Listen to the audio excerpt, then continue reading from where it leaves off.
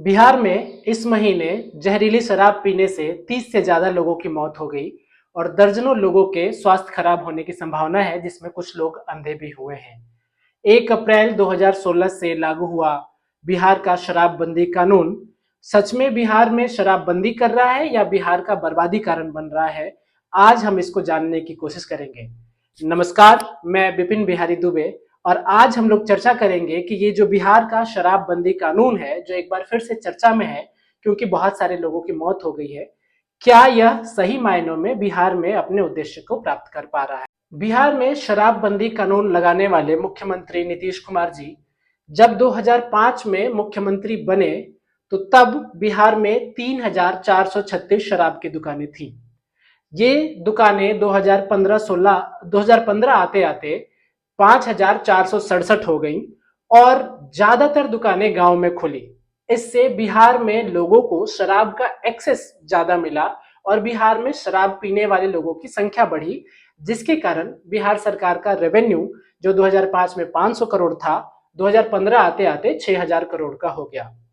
2015 के चुनाव के बाद नीतीश कुमार बिहार में जब मुख्यमंत्री जी ने शराबबंदी कानून लागू किया तो उसका प्रमुख उद्देश्य बताया था कि शराब पीने के बाद लोग महिलाओं के प्रति घरेलू हिंसा करते हैं, जिससे उन्हें पारिवारिक और सामाजिक तौर पर मुश्किलों का सामना करना पड़ता है।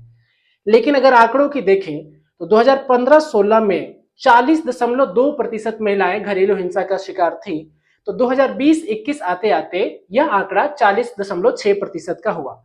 अगर मैं इस 0.4% के बढ़त को या इस बढ़ोतरी को ज्यादा भी ना मानूं, ठहराव की स्थिति भी मानूं, तो शराबबंदी कानून से जो उद्देश्य प्राप्त करना था कि महिलाओं के प्रति घरेलू हिंसा में कमी होगी, वो किसी भी हद तक कम होते हुए नजर नहीं आती है। इसके इतर इकोनॉमिक सर्वे की एक रिपोर्ट के अनुसार बिहार में महिलाओं के प्रति कुल अपराध की संख्या 2015-16 के मुकाबले 2020-21 आते आते 13.5% बढ़ गई और उसमें भी 4,889 मामले घरेलू हिंसा के थे। यानी लगभग महिलाओं के केसेस उसी तरीके के रहे या जो कुछ हुआ थोड़ी वृद्धि ही हुई। तो मुख्यमंत्री जी ने जो वादा किया था या जो उद्देश्य निर्धारित किया था शराबबंदी कानून का महिलाओं के प्रति हिंसा कम करने को लेकर के, वो कहीं भी कम होता हुआ नजर नहीं आया। इसके दुष्परिणाम और बढ़ते गए। दुष्परिणाम क्या रहे?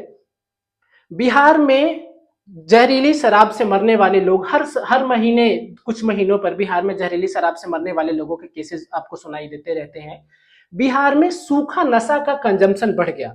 इसको भी मैं एक आंकड़े से बताना चाहूंगा। Jindal global school of government and public policy की आयुश्री खेत्री ने एक रिसर्च रिपोर्ट प्रस्तुत किया है, जिसमें वो बताती हैं कि कैसे 27 गुना सूखा नशा जब्त किया बिहार सरकार ने 2015-16 से लेकर के 2019-20 आते आते तक। यानी बिहार में गांव गांव में सूखा नशा का प्रचार प्रसार बहुत ज्यादा बढ़ गया। द डेली पायनियर की एक रिपोर्ट है, 22 अप्रैल 2024 को प्रकाशित हुई है, जिसमें रिपोर्टर ने 2 कहानियां कोट की हैं।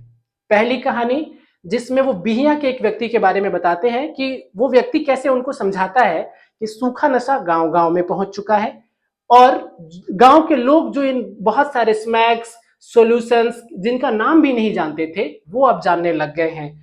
इससे बहुत बड़ी सामाजिक क्षति हो रही है।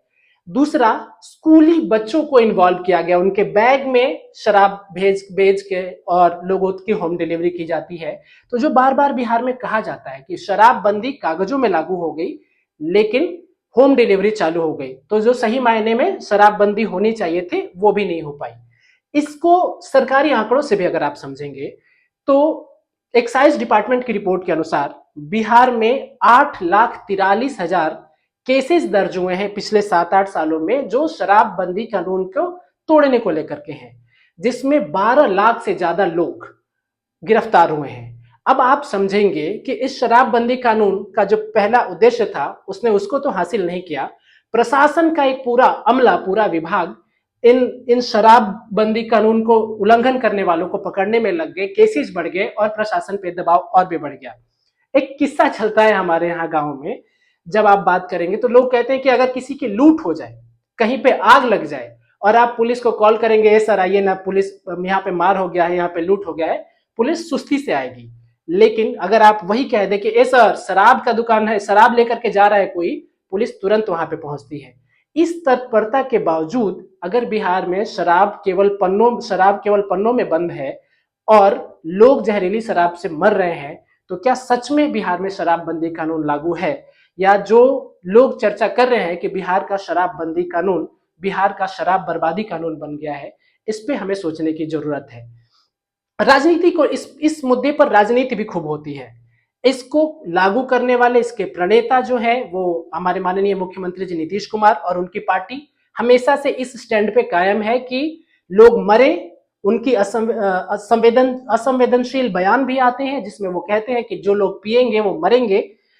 वो लोग इस शराबबंदी कानून को किसी भी तरीके से डिफेंड करते हैं। लेकिन इसके अलावा जो प्रमुख पार्टियां हैं, भाजपा, राजद, कांग्रेस या बाकी जो छोटी मोटी पार्टियां हैं, वो उनका शराबबंदी को लेकर के स्टैंड सरकार में उनके होने और ना होने पर निर्भर करता है। जैसे कुछ महीने पहले तक जब आरजेडी नीतीश कुमार जी के साथ थी तो उनको शराबबंदी कानून अच्छा लगता था।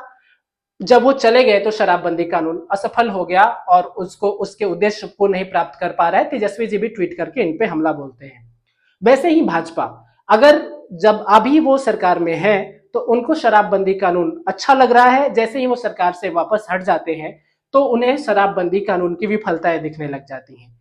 इस बीच में जनसुराज पार्टी प्रशांत किशोर जी ने इस कानून के इम्प्लीमेंटेशन की यथास्थिति को समझते हुए जो एक वायदा किया है कि हम जब आएंगे तो 1 घंटे के अंदर इस शराबबंदी कानून को रद्द करेंगे और एक ऐसी व्यवस्था कायम करेंगे जिसमें लोग सामाजिक तौर पर जागरूक होकर के शराब से मुक्त होंगे और समाज और उससे जो आमदनी होगी उस 20,000 करोड़ रुपए की आमदनी को हम शिक्षा व्यवस्था बहाल करने में आएंगे।